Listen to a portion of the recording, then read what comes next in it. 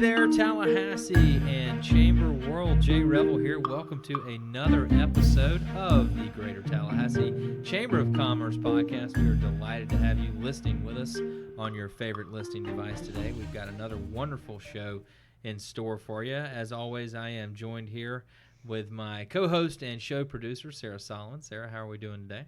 It's a great day. Thanks for listening to us today. Absolutely, and we have got a wonderful guest, folks. I would bet my house that you have probably seen or heard his name and the name of his company, either on the web or on your television screen at home or over the radio waves. His name is Joe Manausa. He's got a great company, Joe Manausa Real Estate. He's with us today. Joe, welcome to the show. Thanks, Jay. I'm glad to be here. Joe is someone who is definitely a leader in the real estate industry here in Tallahassee.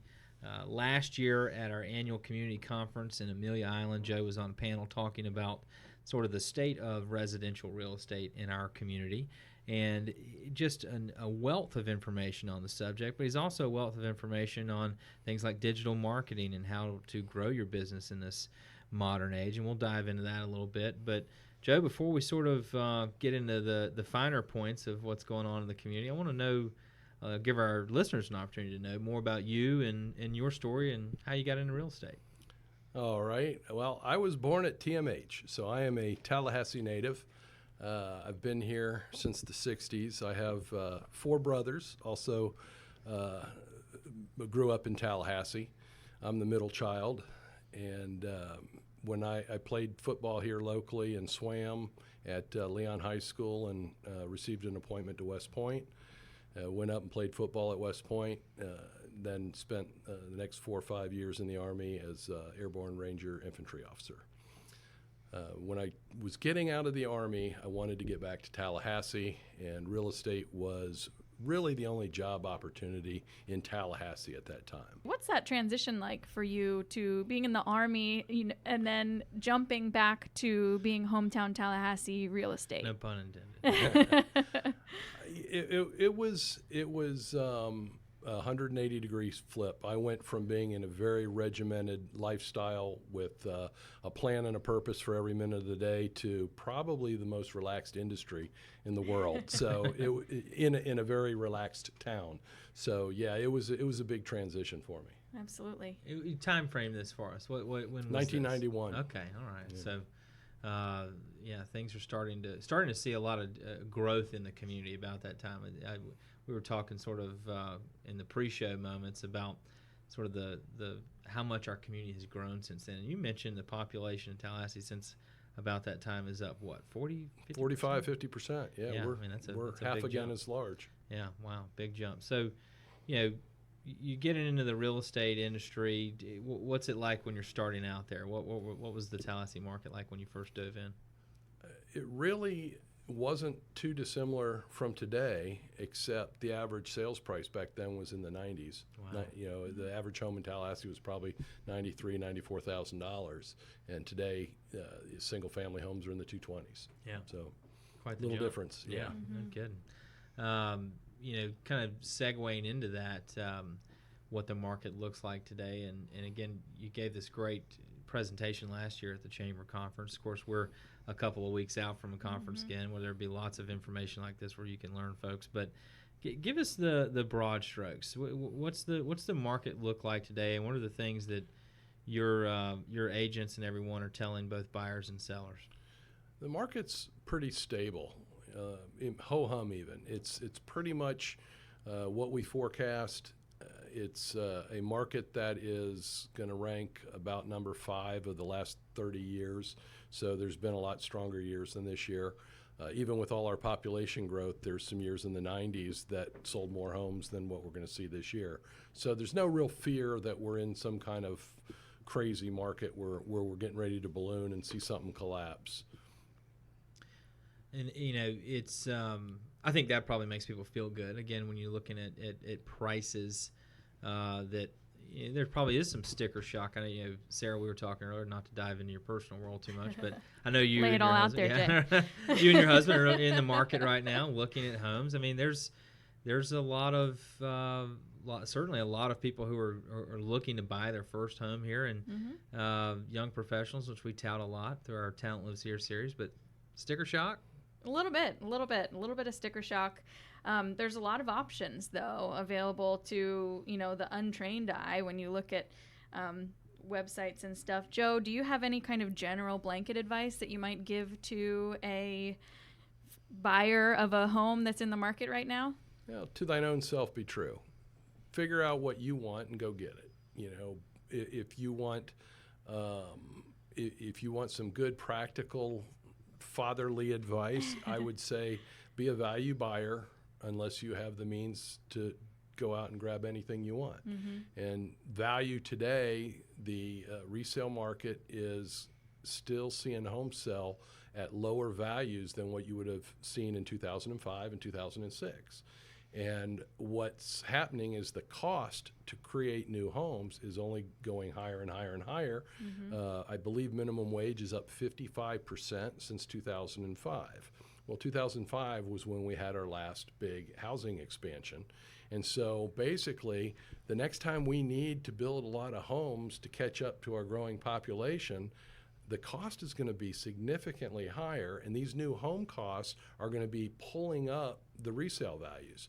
So if you go out and buy yourself a really smart location, a really good piece of dirt, and maybe a little aged house that doesn't have all the cool HGTV amenities, you're going to outperform the market. You're going to have a house that goes up in value faster than what else is available around you. And when it comes time to sell, you're going to be sitting on some money. So some good advice to sellers there as well. Let's talk about sort of the supply and demand in the market today. I mean, what does that look like? How would you peg things as far as where we sit in that category? We are exactly the same as we were last July. We're at 4.5 months of supply. Historically, 6 months of supply has been a balanced market. Anything under 6 is a seller's market. Anything over 6 is a buyer's market. So right now, the overall market is very much a seller's market. The higher price points, once we get above $600,000, is still a buyer's market. But generally speaking, we're in a seller's market, and it's probably the easiest time in history to list your home, get it sold, and move on your own timetable. How do you forecast change to that in the next 1 or 2 years? Well, I'm constantly pulling data, and I'm looking for little micro movements that make me look for a next movement down the road. And right now, the most important trend that I'm looking at is the months of supply of homes, which we call the relative supply, and that's the supply of homes relative to the current rate of demand. And when I look at that, what I see is a reverse in trend about 3-4 months ago, where we went from shrinking supply to now we're growing supply. Now we're growing supply in an undersupplied market, so there's no cause for concern. But if something were to drastically impact our demand side, like, for example, interest rates shoot way, way, way higher, or the state decides to finally go through with their threat and move to Orlando, something like that were to happen, that would have a serious impact on our market. But in the foreseeable future, you said 1 to 2 years, I don't see anything that's going to really positively or negatively influence our market. I don't think we can overbuild because there's already enough pressure at the price points that the builders are building at that it's kind of holding them in check. And the market is standing in line for another $250,000 house in Northeast Tallahassee, but there's no dirt available and they can't build them for that. Right. So, what we need is something that can't be built. So what's going to happen in Tallahassee, my forecast, is what happened everywhere else since the beginning of time. We're going to have to go vertical. We're going to have to go to multifamily, and we're going to have to do all the things other large metropolitan areas did as they grew. Are there any areas of town, you mentioned the Northeast, sort of with a long line of wanting buyers there? Any other areas of town that you kind of see maybe on the rise as places that could serve to relieve some of that pressure? Absolutely. One of the things I refer to is the West Side Story in Tallahassee. Okay, and the West Side Story in Tallahassee is Florida State University. Florida State University grew and grew and grew, and they didn't grow their housing in the same relationship as they grew the school. And so we started seeing the West Side neighborhoods. Basically, think of a tide. All the tide of students came into all these neighborhoods, and when their students live in the neighborhoods, generally speaking, families with young kids move out of those neighborhoods. And so for the last 20 years, we've seen the West Side really become student neighborhoods. And we have a great need for single-family homes and townhouses that are affordable, and they've got students living in them. Well, Wall Street got into the student housing business about 10 years ago, and they're taking over all campus Right after towns. they got run out of the other lines of that business. Well, but they're taking over campus Yeah. towns. And Tallahassee is seeing all these large multifamily projects being built along Tennessee Street and on Gaines and all that down there. And those are sucking students back towards them. So we're actually seeing the tide go back out. Students are moving back towards campus as far as the north side of town is concerned. Mm-hmm. And what you're going to see over the next 5 years is the west side of Tallahassee is going to become that intermediate price point, the sub $300,000 house that gives you a quarter of an acre and a nice 3 or 4 bedroom home. And homes that are selling for $120,000 right now as a student rental are going to go for $250,000, $260,000, but they're going to have new kitchens in them and cleaned up and carpet and repair all the damage. Plenty Wink. of that. Yeah, no, plenty of that to go around. Yeah, it's interesting you say that. I was speaking with a good friend of mine who just moved into an area that I would classify as right in that sort of epicenter there. Yeah. And young family, kids, loves it, and it really is. It's like, yeah, when they first kind of started kicking around, they started seeing the moving trucks, students going back out. Right. It really is fascinating. The market, again, continues to change. We're seeing big new developments coming online. We here at the Chamber have been hearing about some other new housing. There's still a lot of senior housing being built. Anything on that trend front that people should be aware of? Not really, because what you're seeing from a development standpoint is so inconsequential compared to what we saw in the 90s. Mm-hmm. And 90s were stable. I mean, what we saw in the early 2000s was not stable. But back in the 90s, we were looking at 1,500 to 2,000 new homes selling every year. And we're now, for the last 10 years, in the 500 range. Wow. So, no, I really don't see any of the developments as being newsworthy yet, because it's being done at probably a little slower than necessary rate. It's probably a good thing. I'd like to kind of shift your focus a little bit. We can tell from how passionate you are, and just from knowing you in the community, that you're really knowledgeable about real estate and everything. But can you tell us a little bit more about kind of how your business has grown from the beginning, and maybe the unique business model that you use, kind of contrary to what the typical real estate business does? I've been selling real estate since 1991, and I've owned real estate companies since 92. So I've been in the business a long time. But 5 years ago, a little over 5 years ago, I started our current company, Joe Manausa Real Estate. And we are using a very conventional business model that is very unconventional in real estate. And our conventional real estate model is what you would see in any Fortune 500 company. The real estate industry, I believe, puts too much stress on the real estate agents. And most good real estate agents really get abused. And they have to help buyers. They have to help sellers. They have to do their own marketing. They have to do their own advertising. They have to run signs. They have to measure houses. They have to do their own research and preparation. They basically have to be a Jack or Jill of all trades, and it's just not a sustainable model. So I just looked and decided that I was going to try to do what the more prudent companies outside of our industries do, and I was going to have specialists. We basically run everything at company level. We treat every task required in real estate as a specialty, and we have specialists do those tasks. So I have people that work for sellers. I have people that work for buyers. The two don't mix. I have people that do our marketing. They don't help buyers or sellers. I've got administrators in our company. I've got people that do work with our professional photographers we bring in. So we have people that specialize in each major function of what we do, and basically because of that, we're able to do a better job communicating with the customer, which is the number one complaint in our industry, is that I hired a realtor and they put a sign on my yard, lockbox on my door, and they never heard from them again. And that's because they have so much other stuff going on. And so we run a salary-based model. Everyone else runs a commission-based model. So my people get paid whether or not they get you to buy a house today or not. And what that does is I think it helps us deliver a little bit better customer service. And, it really shows up in our 5-star reviews online. We have more 5-star reviews on Google than all the other real estate companies in town combined. When you have a different model like that, do you face any challenges kind of recruiting and retaining the talent that works for you?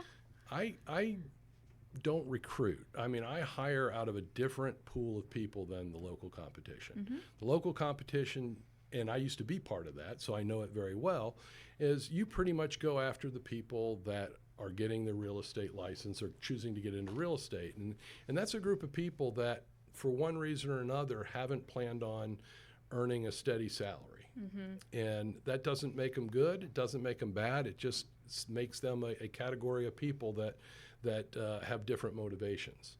I like to hire people that Boeing wants to hire. I like to hire people that Google wants to hire. I go to these hiring conferences outside of Tallahassee, and I hire from inside of Tallahassee as well, but I'm looking for team players. Our industry is looking for individuals because it puts all this burden on them as entrepreneurs.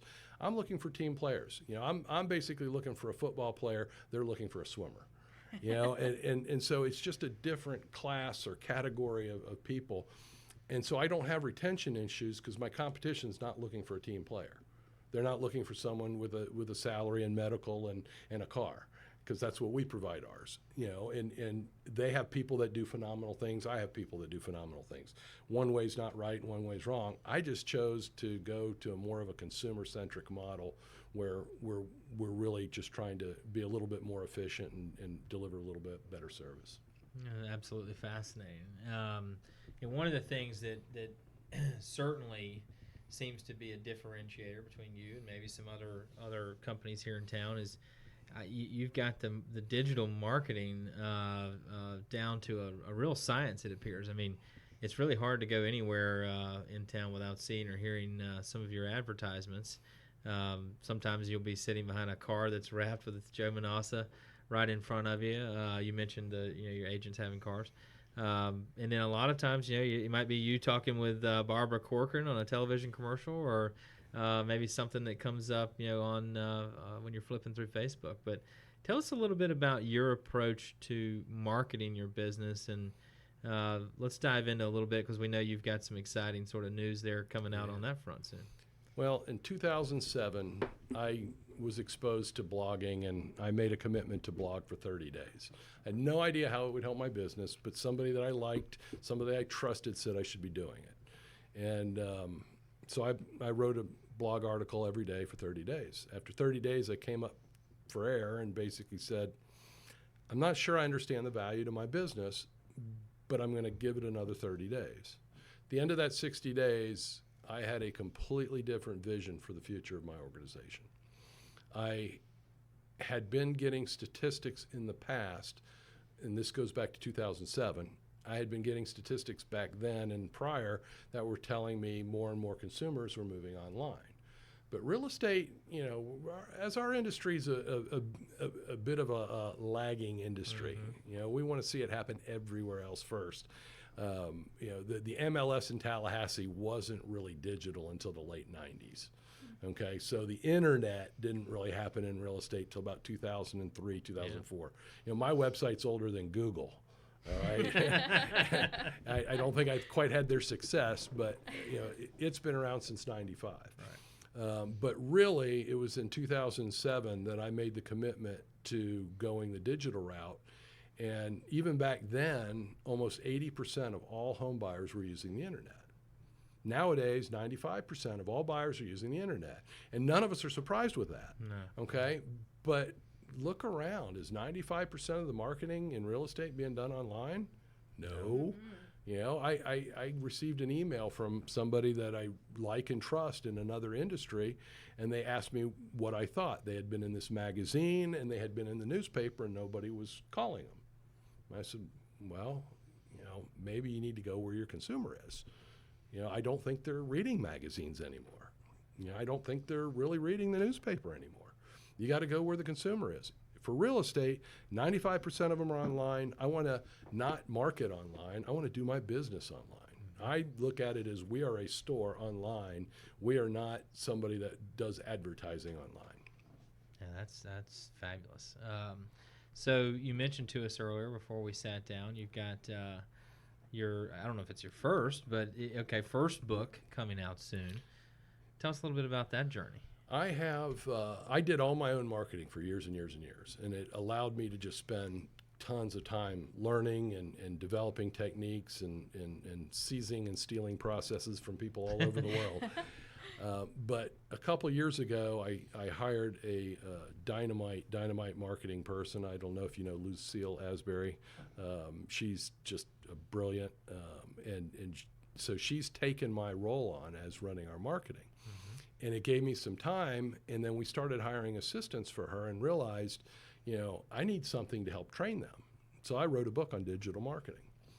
And we are a digital marketing company that sells real estate. We are not a real estate company that does digital marketing. Yeah. And it's just a whole new world out there. And she runs our digital marketing, does a great job. But I wrote a book so that I could help train the staff as we brought them in. That's fascinating. And I'm sure that it will go wider than that too. Can we talk a little bit more about your blog? Because when I hear that you have written a blog post every day since 2007, I'm like, wow, I would never know what to write. Tell us a little bit more about what you write about and where you get the ideas. That's an early fear of anybody who takes on content marketing. And when you call it a blog, you picture somebody that doesn't have anything else to do and they write online. When you call it content marketing, it really gives it a different perception, but it's really the same thing. And for me, I started out thinking, what am I going to write about? But literally, I can wake up. I typically write my stuff at about 4:45 to 5:30 in the morning, and it's posted before 6 o'clock every day.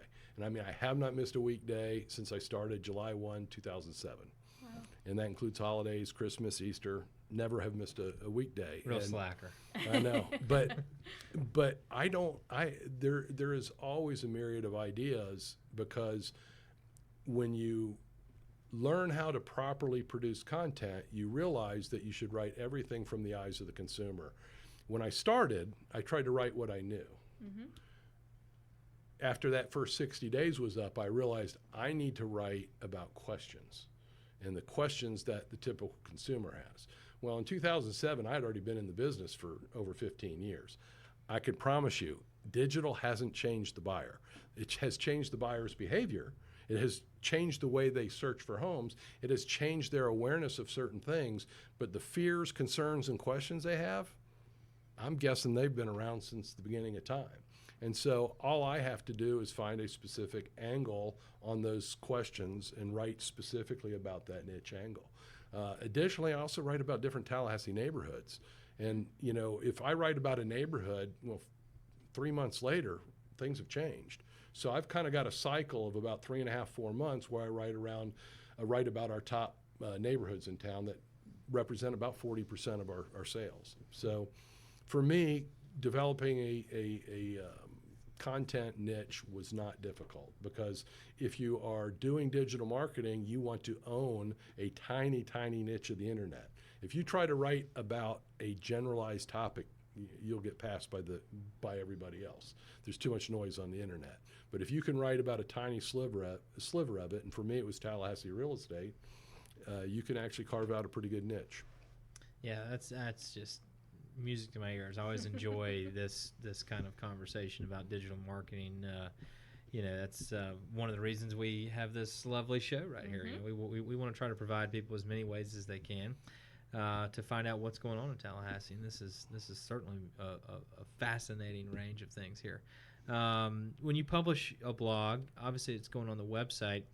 What happens? Take us inside sort of the war room, Joe Manausa Real Estate war room. Where does it go from there? Well, you got to reverse engineer the thinking. Mm-hmm. You got to go, what am I trying to accomplish? Well, for people who own websites that make their living off of those websites like we do, there are certain keywords we want to own. When I say own, I mean when somebody searches that a keyword is a string of words when put together and put into a search engine. They're seen as a singular term keyword, but it could be 5, 6, 7, 10 words. Yeah. What are people typing in Google, and why do we want our website to be the answer for that? So if somebody's typing in, how big are homes in Lafayette Oaks, I want Joe Manausa Real Estate to have the answer to that question. That's why when you say, what do you write about? There's an infinite number of things, and it all starts around the keywords that you want to own or control. And so when you say, so you write a blog post, what are you going to do? No, it actually starts way before that. It's what keyword do you want to own, and what's your plan for that? And so let's just take Lafayette Oaks and a nice little neighborhood on the east side of town I wrote about this morning. That's why it's on the top of my mind. How many different search terms are there with Lafayette Oaks? Well, you can actually research that. You can go to Google and you can type in Lafayette Oaks and see what the autofill is going to give you. Okay, there's probably Lafayette Oaks in 200 communities around the country. So I don't want to actually be the answer for their neighborhood. So I really want to isolate it to Tallahassee. And when I write an article, it's usually so that I can control a very specific keyword. And then our digital marketing only starts once the content's written. It's going to go on Facebook.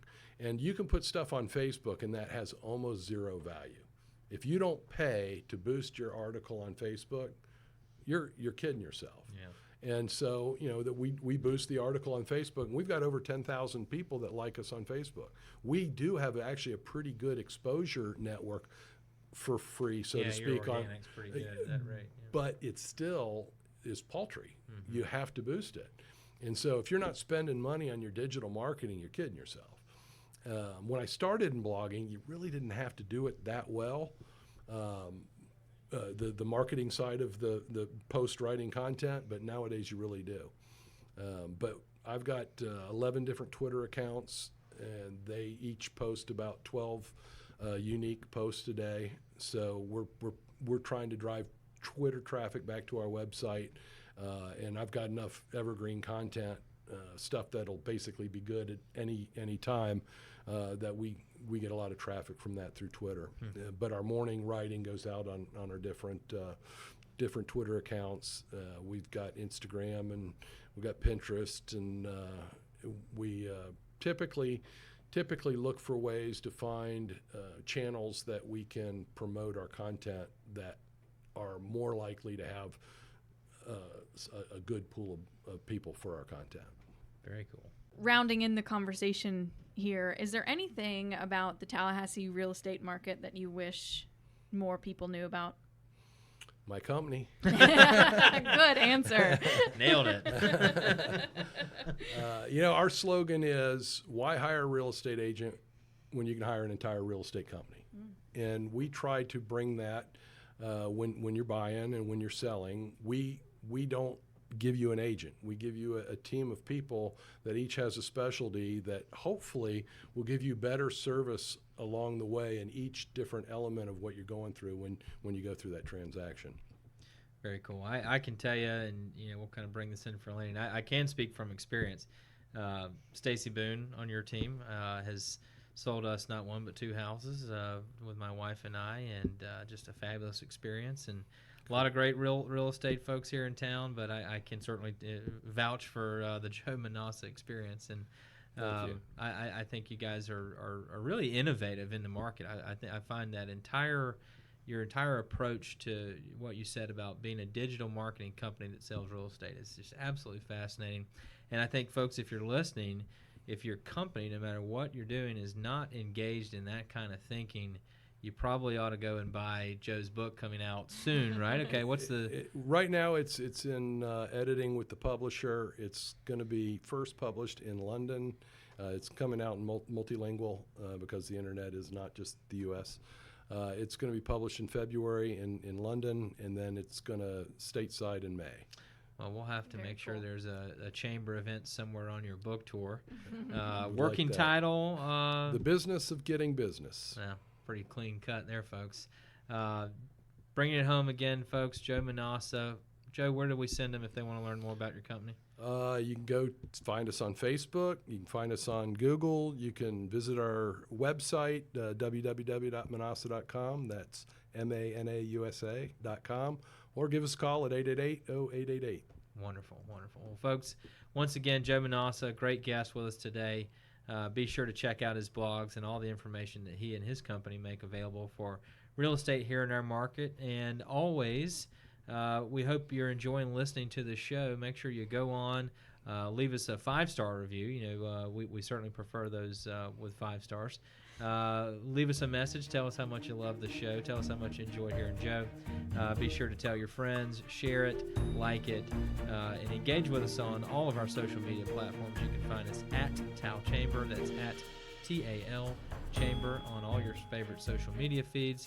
And as always, you can find out everything that's going on in the chamber world at www.talchamber.com.